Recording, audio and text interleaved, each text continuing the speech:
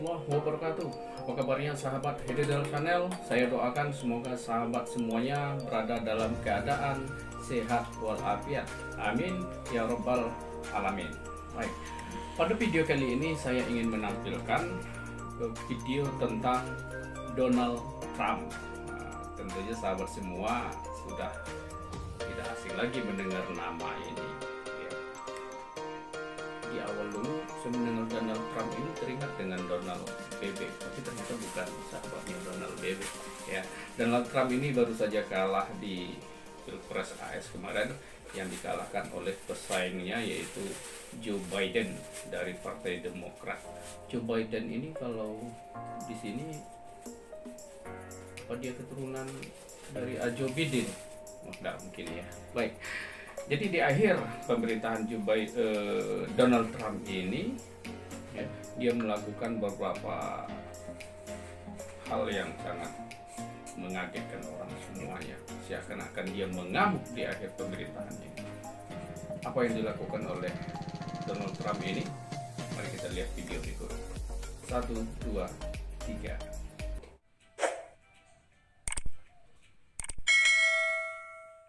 Ya, jelang lengser, lagi-lagi Presiden AS Donald Trump membuat langkah-langkah yang kontroversial, memecat sang Menteri Pertahanan AS melalui akun Twitternya. Padahal jabatan Donald Trump hanya tersisa kurang dari 70 hari lagi. Mengapa dan apakah dalam sisa jabatannya ini Trump akan kembali memecat pejabat-pejabat tinggi di Amerika? Saya ulas untuk Anda pagi hari ini, amuk Trump di akhir pemerintahan. Ya, pada hari Senin kemarin, Donald Trump telah memecat Menteri Pertahanan AS, yaitu yang bernama Mark Esper, di mana ini sebuah langkah yang mengejutkan setelah Trump gagal menjadi presiden untuk kedua kalinya. Trump mencuit melalui akun Twitternya yang memang selalu memunculkan kontroversi, di mana Trump mencuit bahwa Mark Esper, yaitu Menteri Pertahanan AS, telah diberhentikan. Jadi bisa Anda bayangkan begitu ya, pemecatan seorang menteri ini dilakukan di media sosial yaitu Twitter.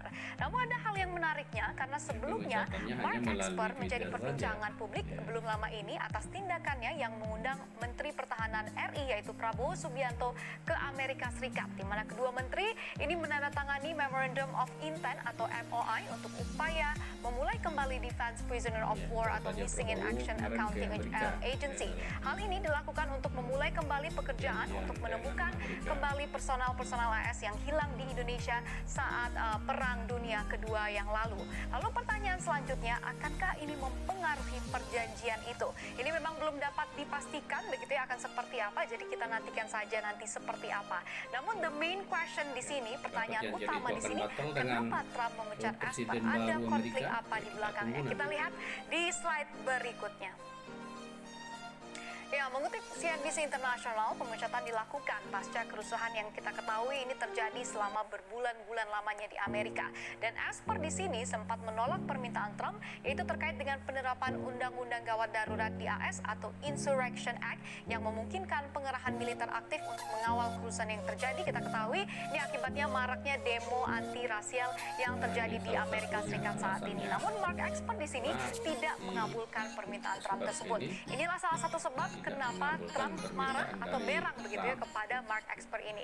Dan tak sampai di sana, pemecatan Esper ini juga mungkin bukan yang pertama, karena seorang pejabat administrasi Trump mengatakan ke media bahwa pejabat FBI dan juga CIA akan segera dipecat oleh Trump. Dan saat ini kalau kita lihat begitu ya, direktur dari FBI AS ini adalah Christopher Wray begitu ya, sementara direktur CIA adalah Gina Haspel. Jadi memang belum ada kepastian begitu ya, tapi kalau Trump kembali memecat petinggi-petinggi Amerika Serikat, pasti ini akan menimbulkan kontroversi lainnya.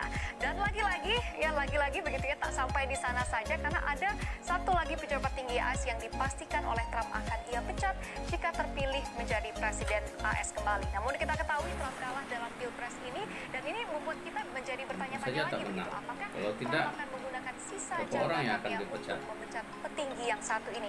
Siapakah dia? Kita lihat di slide berikutnya. Ya, Dr. Anthony Fauci, salah satu ilmuwan pemerintah top Amerika Serikat, ternyata juga terancam dipecat. Di mana Anthony Fauci telah mengeluarkan permohonan mendesak untuk perubahan kebijakan Amerika Serikat tentang virus corona, yang kemudian ini mendapat teguran yang keras dari pemerintahan Donald Trump di hari-hari terakhir kampanye Pilpres di Amerika Serikat. Karena kalau Anda lihat begitu ya, pas kampanyenya dulu, Trump ini seringkali menciptakan kerumunan para pendukungnya tanpa menerapkan yang namanya protokol kesehatan. Padahal kita ketahui Amerika Serikat ini adalah negara dengan kasus corona terbanyak di dunia. Dengan kalau kita lihat angkanya per kemarin begitu ya, sudah lebih dari 10,5 juta orang di Amerika Serikat terinfeksi virus mematikan ini, dengan korban meninggal ini sudah sangat banyak sekali begitu ya, 242.000 orang. Namun kebijakan-kebijakan untuk mengurangi jumlah orang terinfeksi inilah yang diajukan oleh Fauci, yang kemudian ditolak oleh Trump dan membuat Trump berang hingga ingin memecat Fauci. Namun kita ketahui Trump kalah pada Pilpres AS kemarin, dan kontroversi yang dilakukan Trump saat ini bukan hanya memecat pejabat-pejabat tinggi di Amerika Serikat, tapi juga menggugat lawannya yaitu Joe Biden secara hukum. Setelah pemecatan pejabat-pejabat tinggi AS ini, apa saja yang dilakukan oleh Trump lagi untuk menimbulkan kontroversi? Kita lihat di slide berikutnya. Ya, kita ketahui Presiden petahana Amerika Serikat yaitu Donald Trump, yang juga calon presiden dari Partai Republik ini, tidak terima begitu ya akan kekalahannya dan meluapkan kekesalannya di akun resmi Twitternya usai pesaingnya yaitu Joe Biden dari Demokrat mendapatkan suara elektoral yaitu terbanyak mencapai 290 suara. Dan Trump kita ketahui saat ini melalui akun resminya yaitu @RealDonaldTrump. Kalau Anda belum follow bisa di-follow begitu ya. Ini memang seringkali meluapkan kekesalannya karena menurut Trump begitu ya, berlaku berbagai macam kecurangan di Pilpres AS kali ini. Bahkan Trump mengatakan, kita akan bacakan bersama salah satu tweetnya yang cukup kontroversial begitu ya. Joe Biden seharusnya tidak asal mengklaim jabatan presiden. Saya juga bisa membuat klaim itu dan proses hukum baru saja dimulai. Jadi bisa kita katakan di tengah Biden effect dan juga euforia dari kemenangan Biden begitu ya, ada ancaman berbagai macam gugatan dari pihak Donald Trump. Di mana Trump di sini juga mengatakan begitu ya, kalau kita lihat sudah menyiapkan dana yaitu sebesar 60 juta dolar Amerika Serikat, atau kalau kita rupiahkan untuk gugatan hukum ini saja ini berada di kisaran 870 miliar rupiah hanya untuk menggugat pesaingnya yaitu Joe Biden. Jadi demikian kalau kita lihat begitu ya, ini adalah sejumlah kontroversi yang ditimbulkan oleh Trump kurang dari 70 hari ia menduduki posisi nomor 1 di Amerika Serikat. Pertanyaannya, akankah dalam waktu kurang 70 hari ini Donald Trump akan kembali membuat kontroversi lainnya? Semoga saja tidak. Kita nantikan bersama. Nah, sahabat Heredal Channel, itu tadi video yang sudah kita saksikan ya, tentang kebijakan-kebijakan Donald Trump yang mengejutkan di akhir masa pemerintahannya ya. Apakah dia karena frustasi, kecewa, marah ya, kita tidak tahu. Kalau mau tahu ya kita tanya langsung ke Donald Trump.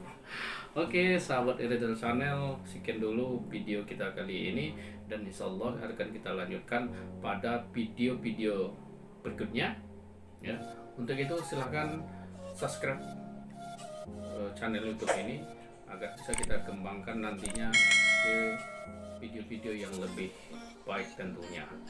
Sekian, assalamualaikum warahmatullahi wabarakatuh.